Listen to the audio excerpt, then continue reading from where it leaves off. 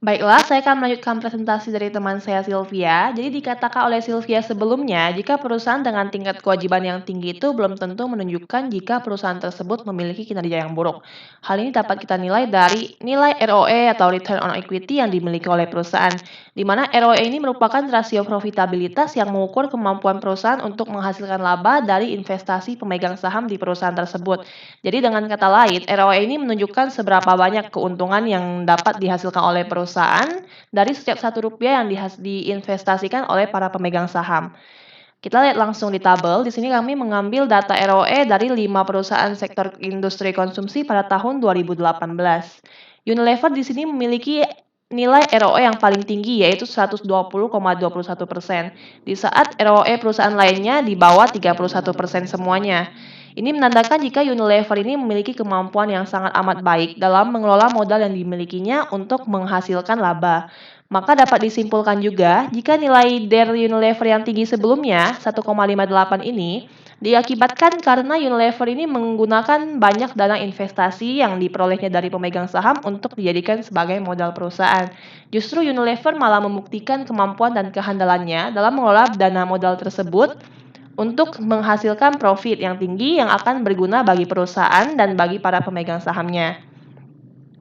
Selain handal dalam mengelola total modalnya, Unilever juga handal dalam mengelola total aset yang dimiliki oleh perusahaan.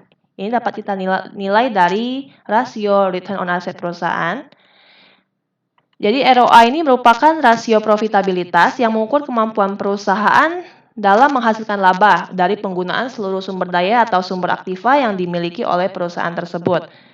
ROA ini juga digunakan untuk menilai kinerja perusahaan dalam menghasilkan laba dari pemanfaatan aset yang dimilikinya ya.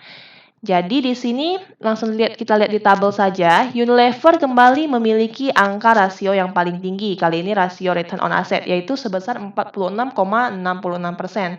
Di saat perusahaan lainnya memiliki ROA di bawah 20%. Ini menandakan jika Unilever ini juga memiliki kemampuan yang sangat amat baik dalam mengelola total aktiva yang dimilikinya, sehingga total aktiva tersebut dapat bekerja secara maksimal untuk menghasilkan laba bagi perusahaan dan para pemegang saham. Kemudian rasio selanjutnya yang akan kami analisis yaitu rasio PER atau Price Earning Ratio. Price Earning Ratio ini merupakan rasio yang membandingkan harga saham dengan laba bersih perusahaan, di mana harga saham sebuah emiten dibandingkan dengan laba bersih yang dihasilkan oleh emiten tersebut dalam jangka waktu 1 tahun. Dengan mengetahui PER sebuah perusahaan, calon investor dapat mengetahui apakah harga saham perusahaan tersebut termasuk wajar, overvalued, atau undervalued. Maka dari itu kita lihat langsung di grafiknya. Di sini Unilever memiliki nilai PER yang paling tinggi yaitu sebesar 35,57. Ini juga di atas 30. Ini menandakan jika harga saham Unilever ini 30 kali lebih mahal dari harga yang seharusnya. Di sini juga saya telah menghitungkan rata-rata PER untuk kelima perusahaan sektor industri konsumsi ini, di mana rata-rata yang diperoleh itu sebesar 26,71. Ini menandakan jika Unilever memiliki PER tertinggi di antara perusahaan lainnya dan memiliki PER tertinggi dari rata-rata PER perusahaan sektor industri konsumsi. Ini menandakan jika harga saham Unilever ini bisa dibilang tergolong cukup mahal. Namun jika kita lihat dari sisi psikologi pasar, ini malah menunjukkan jika Unilever ini memiliki prospek yang bagus di depannya. Unilever ini merupakan perusahaan dengan nilai perusahaan yang besar, makanya harga sahamnya dapat mahal dan masih diminati oleh banyak masyarakat dan banyak investor tentunya.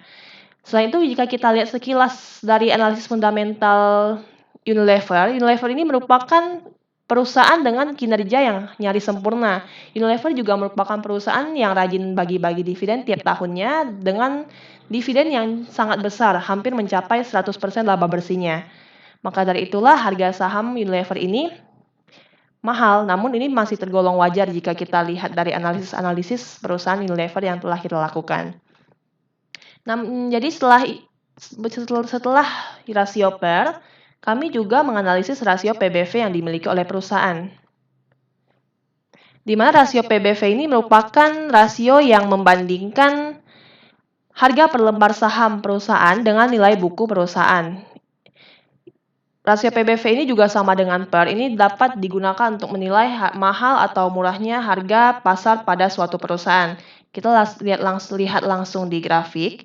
Di sini Unilever memiliki PBV yang paling tinggi sebesar 38,62, di saat perusahaan lainnya memiliki PBV di bawah 14%. Ini menandakan jika Unilever ini harga pasar sahamnya berkali-kali lipat di atas nilai buku perusahaan. Karena PBV jika di atas 1 itu sudah menandakan jika harga saham sudah berada di atas nilai bukunya. Apalagi jika PBV-nya menunjukkan angka hingga 38,62. Ini menandakan jika harga pasar saham Unilever 38 kali lipat dibandingkan nilai bukunya.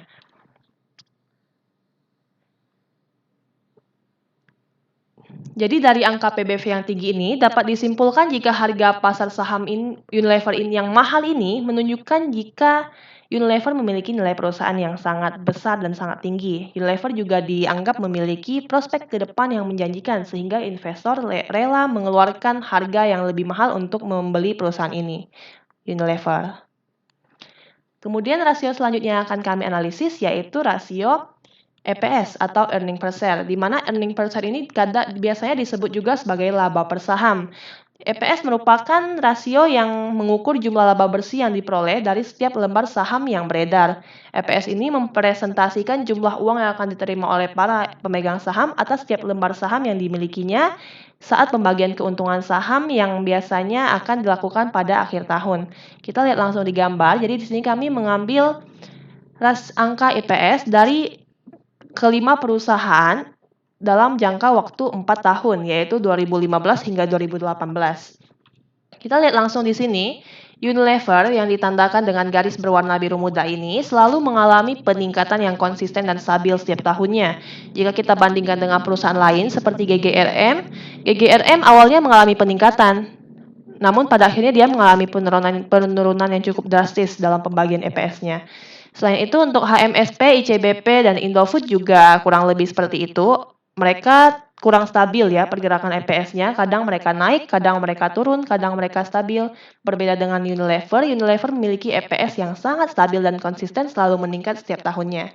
Ini menandakan hal yang bagus. Ini menandakan berarti Unilever ini selalu mengalami peningkatan walaupun mungkin tidak seberapa besar dibandingkan peningkatan perusahaan lain, namun dia konsisten, dia tidak mengalami penurunan. Kemudian rasio selanjutnya yang kami analisis yaitu rasio DPR. Jadi DPR ini merupakan rasio yang mengukur seberapa besar persentase laba bersih perusahaan yang dibagikan kepada pemegang saham dalam bentuk dividen. Oh iya, DPR ini merupakan kepanjangan dari dividend payout ratio. Kita lihat langsung di tabel. Di sini kami mengambil data DPR untuk perusahaan Unilever selama 4 tahun, yaitu tahun 2015 hingga tahun 2018, di mana kita lihat DPR yang dibagikan oleh Unilever pada tahun 2015 hingga 2017 ini mencapai angka 99%. Ini menandakan jika Unilever membagikan dividen hampir dari 100% laba bersih yang dihasilkan oleh perusahaan.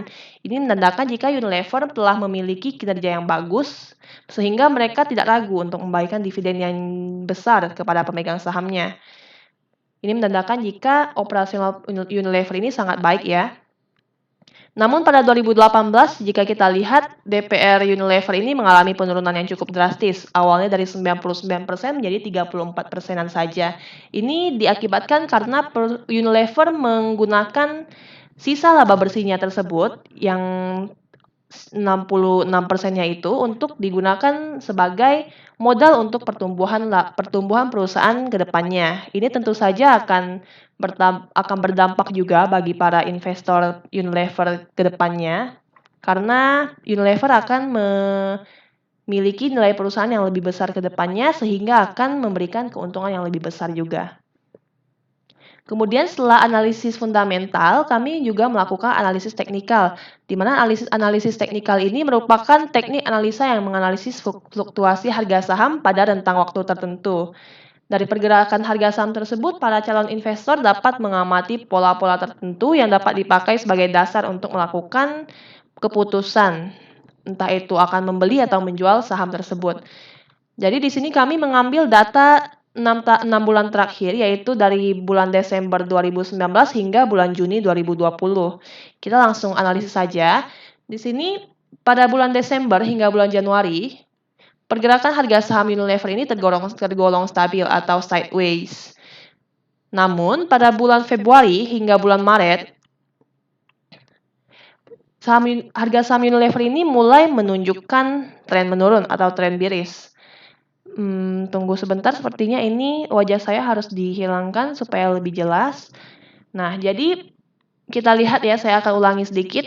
Jadi pada bulan Februari ini, Unilever mulai menunjukkan tren turun atau tren bearish, dan pada puncaknya, pada pertengahan Maret di sini, harga saham Unilever mengalami pemerosotan yang sangat tajam, namun ini diakibatkan karena kondisi ekonomi yang sedang buruk akibat adanya pandemi COVID-19. Dapat kita ketahui, pada pertengahan Maret kemarinlah pemerintah menerapkan aturan PSBB dan work from home, sehingga kondisi ekonomi kala itu menjadi agak berantakan. Banyak yang mengalami PHK, penjualan perusahaan dan usaha-usaha juga menurun drastis. Inilah yang mengakibatkan harga saham perusahaan Unilever juga mengalami penurunan. Namun jika kita perhatikan, grafik penurunan ini membentuk grafik cup and handle pattern, di mana grafik cup and handle pattern ini menandakan jika akan terjadi pola reversal naik atau bullish ke depannya. Dan ternyata benar, ini dibuktikan pada akhir bulan April. Pada akhir bulan April, harga saham Unilever ini mulai mengalami kenaikan atau bullish, dan pada puncaknya pada bulan Mei, harga saham perusahaan Unilever kembali menginjak posisi stabil atau sideways hingga saat ini, hingga bulan Juni.